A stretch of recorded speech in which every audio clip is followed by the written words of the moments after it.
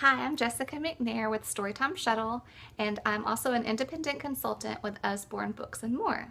And today I'd like to show you three of my new favorite books that they deal with, I guess you could say, social issues or emotional issues, kind of growing pain kind of issues. So I thought this would be a great time to highlight those. And two of those actually, one's very popular, you've probably already heard about it, but the other I don't think they've received as much credit as they deserve. So I'd love to show them to you real quick. The first one is one of our new titles, and it is called Albert and Little Henry. This storybook sells for $12.99, and it is considered appropriate for children ages 4 to 8 years old. However, I think it's really appropriate for pretty much anyone who is about to receive a new sibling. That's the point of this story here. Little puppy dog Albert is about to get a new sibling. And at the beginning of the story, it begins out showing how Albert the puppy dog is really good at telling stories. He makes up all sorts of stories and has the attention of all of his family members at any time to listen in detail and at length to his stories. And then suddenly he receives a new family member, Little Henry, who comes into the picture and takes up a lot of his parents and his family members' time and attention. And in that case, when that happens, his parents aren't able to give him the attention and the listening ear that he is so used to before Henry had shown up. So in this story, as you can see throughout the book, as he is going along, the picture of the character Albert shrinks in size. He gets smaller as in his mind he is receiving less and less attention, to the point where, as you can see, finally all the neighbors and family members come, and he's just about tiny because in his mind he has lost his place in the family, and he's confused and stressed out. So this book kind of focuses on what would happen in that case for any child for that matter, and how they can respond. So he has a tantrum, and then finally, as he is itty bitty in his room right there, his mom shows up with the perfect gift and a way for him to feel important and to feel a part of the family again, and to make contributions to the family. So he grows back up nice and big, and then is, of course, welcomed with open arms and a new part of the family there with his little sibling. So it's a great way to help your little ones deal with acceptance and new situations and new family members, and I think that's a fabulous way to help introduce a new sibling. So Albert and Little Henry is the first book, and that's a new title. It just came out in July of this year.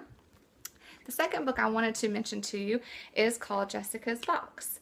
And this, obviously, I like it because my name's on the front, but I think this is a very applicable book, not only for children, but for adults as well. And it is considered appropriate for all ages. There's no limit. And it was actually an award winner. It received, among others, the CBCA Notable Children's Book of the Year Award. So this is one, again, I don't think at Usborne at least, we've given it enough attention and credit, so that's why I wanted to add this to my list that I review with you guys today. This book sells for $12.99. It's a hardback book, and I love that this book discusses how making friends really isn't what you give away tangibly. It's more about how you respond to the situation and what you can give of yourself and how you show yourself and your personality.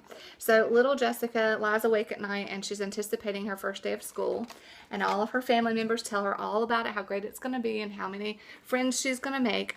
But when she gets there, she takes her box to school with her to show something special that belongs to her, and it turns out it didn't go as well as she anticipated.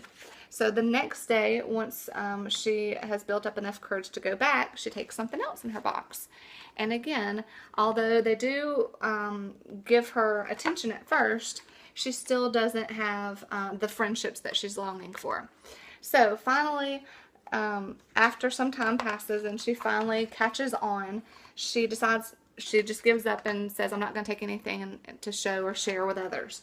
And that's when it hits her that she doesn't really have to give anything tangible away. She needs to give of herself. So in doing so, she makes new friends. And that is the point of this book. She doesn't need anything at all in that box to make new friends. And I think, like I mentioned earlier, that's a lesson that we can all learn from and appreciate. So they end up playing hide and seek in the end, and she goes home telling all of her family about her new friend and how simple that was after all. So Jessica's Box, award winner, fabulous book, my second recommendation. And then my third and final book that I want to show you is one that you've probably already heard of, and it's very popular in our house. We love this one. It's called Jonathan James and the WhatIf Monster. And this paperback book sells for $6.99, but we also have a hardback that sells for $12.99. And it also comes with a little plush toy. This is the WhatIf Monster, and he sells separately for $12.99 also. We actually received this after we had the book, and my little boy ran off saying, "Mom, we have the book that matches it." And so, of course, then we could hold on to both and read our book together. So Jonathan James is considered appropriate for children ages 3 to 7. And this discusses the idea of negative thoughts and fearful thoughts, things that keep us from doing what we really want to do. And all of those fears are put into the character, this little green guy, the WhatIf Monster. So he goes throughout the story really discouraging Jonathan James, saying, well, what if you're no good, and what if you fail, and what if everybody laughs at you and it doesn't go how you want it to go? And so that really hinders him from doing what he wants to do. But then toward the back of the story, he realizes, well, what if you're completely wrong, Mr. WhatIf Monster? What if I'm actually really good at climbing trees? And what if I hit a home run and everybody really likes my artwork? So that completely turns the WhatIf Monster upside down, and then it takes away all of the fears that Jonathan James had, so he can actually go out and not miss out on life, but actually enjoy it in the end. So that's a great social book, I think, as well, for encouraging people, little children especially, to get over their fears and not worry about what others might think. So 3 books: Jonathan James and the WhatIf Monster, Jessica's Box, and Albert and Little Henry. And you can find all of these on the Usborne shopping site. And also please visit and like my page on Facebook. Search for Storytime Shuttle. Thanks so much. Bye-bye.